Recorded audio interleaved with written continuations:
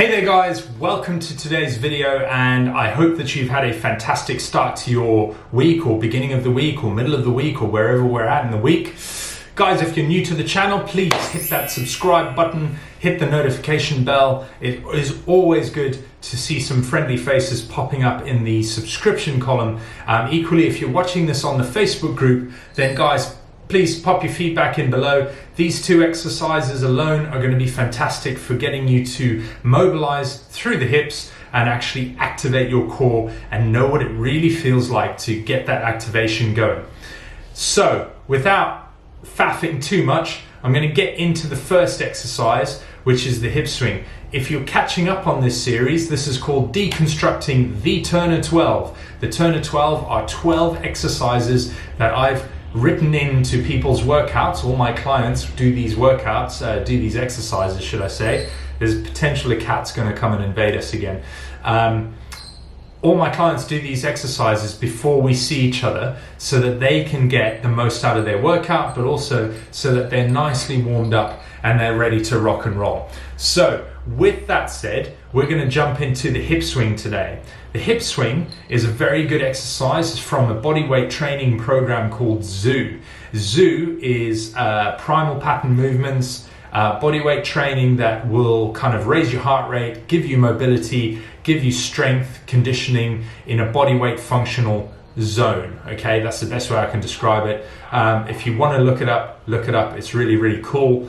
But I took a hip swing as a modification from there to put in this because it warms up the shoulders, it gets you to stretch out your hips, gets you to stretch out your core, but also it'll develop a little bit of upper body strength and activation for those people who may not be able to do a push-up yet.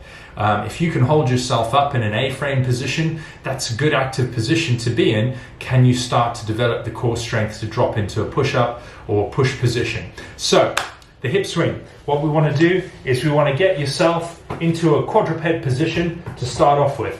Quadruped position, from there we're looking to kick our bum up into the air like you just don't care. You can spread the feet a little bit if you want to. The wider, the more stability you have. And then I want you to look at your toenails and your shoelaces. Hopefully you've given them a trim, or you've tied your shoelaces, or in my case, you're wearing your wonderful socks. Okay, kitty cat, you're going to go out in a second. So from here, guys, it's like a downward dog from a yoga position. I'm actually getting a stretch on my calf muscles. I'm going to drop my hips down to the ground and I'm going to swing them through, and then I'm going to swing them back. Okay, I don't want to spend a huge amount of time at the bottom, but I want my spine to remain fairly neutral. At the top and the bottom, I'm looking for a stretch. So here I'm looking for a stretch on the front of the hips and into the core. And up at the top, I'm actually looking for my hamstrings, my calves, and my lats to some degree, stretching. So down and up. Okay, it may look a bit naughty. Just get your mind out the gutter. I'm not having sex with the floor, but what I am doing is just warming up the shoulders. I'm warming up the hips and I'm getting the body ready for a workout. If you've done all the exercises up to this point, you will start to feel the sweat drip. You'll start to feel your body warming up nicely. And that's the point of this wonderful Turner 12 and the whole point we're deconstructing it. The hip swings, guys, if you have severe lower back pain, if you have a compressed or bulging disc in your lower back, if you've got severe tightness on the front of your hips, I highly, highly recommend that you see someone professionally about it first.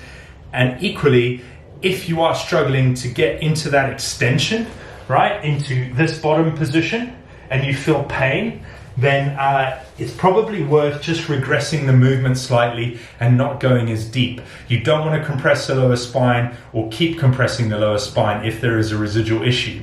If you don't have any lower back pain, it's a great stretch. If you have had some back pain in the past, just understand the hip stuff that we've done before in the previous stuff will probably be good enough. And if you're concerned about your lower back, I'd advise you to skip this one, warm up the shoulders slightly differently. There's tons of warm-ups out there for the shoulders. However, it's something that you should seek advice about. Okay, so on from there, we've got the dead bug.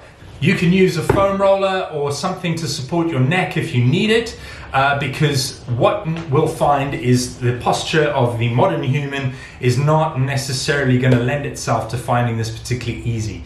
Okay, there's so much I can do on this, it's almost worth a separate video. But we're going to lie on our backs, we're going to have our head on the headrest, we're going to bring our knees up, and what I want to do is point my toes towards my chin. Okay, once my toes are pointing towards my chin, I need to do a few safety checks. I need to make sure that my lower back is flush with the ground, first of all. Secondly, I need to make sure that I'm looking up, and I'm looking up with my hands reaching up to the sky. Okay, from this position here, what I'm going to do is I'm going to very slowly kick out one leg to a point where I can feel like I'm starting to shake in my core. Then I'm going to pull it back in, I'm going to take a slight pause, and I'm going to push the leg out on the other side. So I'm going to alternate legs the whole time, trying to feel like I'm still connected to the ground with my lower spine, and I'm still getting that tension in my core. We're looking for about 16 reps here in total. So we kick it out, we bring it back, we kick it out, we bring it back, all the way through this. This is not about destroying your abs, this is about switching them on, telling them how to work and how to fire. So as I stretch my core to this position, I'm thinking squeeze my stomach to pull my leg in. Do not just rely on your hip flexors, and if your hip flexors are feeling this more than your stomach is feeling this, then you know that you rely heavily on those hip flexors to do the work and rather than your core. So there's something, and you need to reach out to me if you're struggling. Okay, so thumbs up, boom, one after the other. Take your time. It's not a race. This isn't about how many reps you can do before you burn your core out. This is about switching the core on. Use your breathing, and we'll cover that at the end of the turn of 12 in a different video, the breathing techniques that you can use. Now, so that's the hip swing and the dead bug. I highly recommend, if you're having trouble with any of these exercises in terms of lower back pain, then you reach out to me straight away, Brendan at rawmotionfitness.com, and I will reach out to you over the phone and we can talk about this in more depth. If you're watching this and you live in Solihull and you need some help with this, then you can always just give me a shout and I can arrange like a meeting and a meet and greet. But equally, you've had some information there on how to stretch out the front of your hips, how to warm up the shoulders, how to switch on your core. Next week, we bring it home with the wonderful monster band walks, which I will talk you through in great depth. The key here, guys, is safety first. Always be safe, always remember to stay strong, keep moving, and if you're new to the YouTube channel, hit like, hit subscribe, do all that fancy stuff that the kids like. I'll catch you in the next video, guys. Stay strong and keep moving.